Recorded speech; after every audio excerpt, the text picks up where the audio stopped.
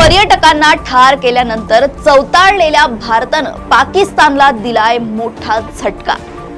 पाकिस्तान रात्रभर दहशतीत। भारत कोणत्याही क्षणी घुसू शकतो म्हणून तब्बल 18 लढाऊ विमाने एलओसीवर। पाकिस्तानमधील भारतीय दूतावास आता पूर्णपणे बंद। भारत पाकिस्तान दरम्यान करण्यात आलेल्या सिंधू करार रद्द।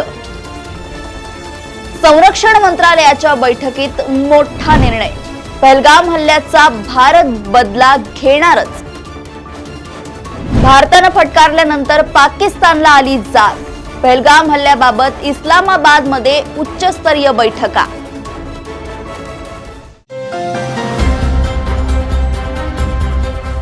नमस्कार, देशरथीमध्ये मी ऐश्वर्या शिंदे आपलं स्वागत करते। दहशतवाद्यांनी पहलगाम इथं पर्यटकांवर केलेल्या हल्ल्यात अनेक पर्यटकांना जीव गमवावा लागला।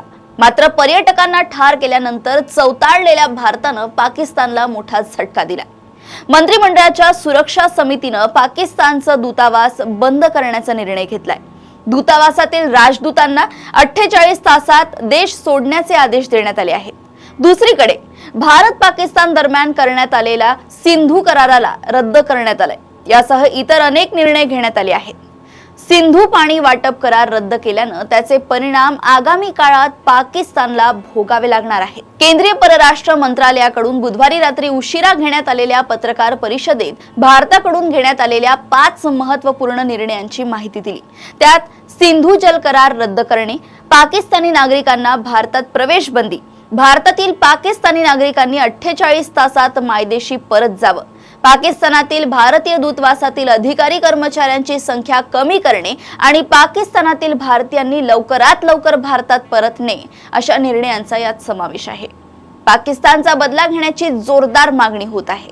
देशवासीयच नाही तर मृत नागरिकांचे नातेवाईकही ही मागणी करतायत। बदल्याची आग सर्वांच्या हृदयात पेटलेली आहे। अशातच पाकिस्तान देखील रात्रभर दहशतीत आहे। काही दिवसांपूर्वीच पाकिस्तानी लष्कर प्रमुखांनी भारतीयांविरोधात गरळ ओकली होती।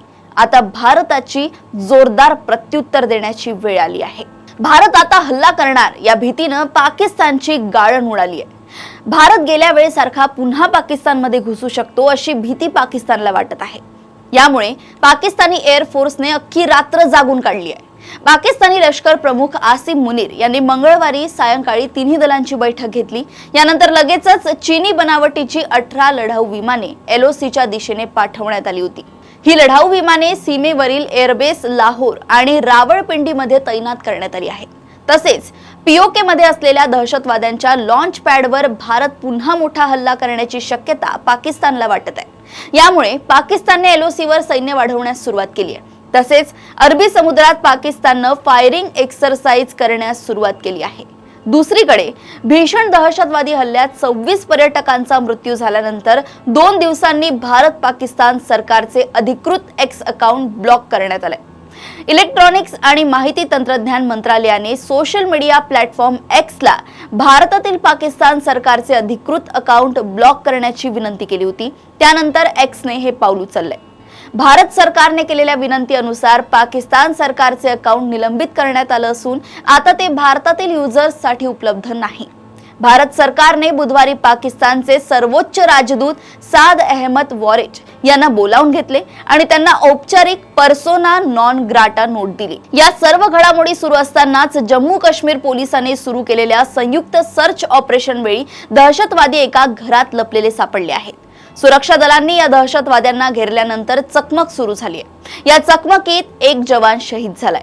जम्मू काश्मीर पोलिसांना दहशतवादी लपल्याची टीप मिळाली होती। यानुसार लष्कराला सोबत घेत संयुक्त ऑपरेशन राबवण्यात आलं आहे। उधमपूरच्या बसंतगडमध्ये ही चकमक सुरू झाली आहे। दोन्ही बाजूंनी जोरदार गोळीबार सुरू आहे। पहलगाम दहशतवादी हल्ल्यात सहभागी असलेल्या 5 दहशतवाद्यांची ओळख पटली आहे। यामध्ये 3 पाकिस्तानी आणि 2 काश्मीरी नागरिकांचा समावेश आहे। सुरक्षा दलांनी बांदीपुरा येथे लष्कर ए तैयबाच्या 4 दहशतवाद्यांना आतापर्यंत अटक केली आहे। दहशतवाद्यांना अद्दल घडवण्यासाठी भारताच्या 3ही सैन्य दलांनी शड्डू ठोकलाय। या पार्श्वभूमीवर केंद्र सरकारने आज सर्वपक्षीय बैठक बोलावली आहे।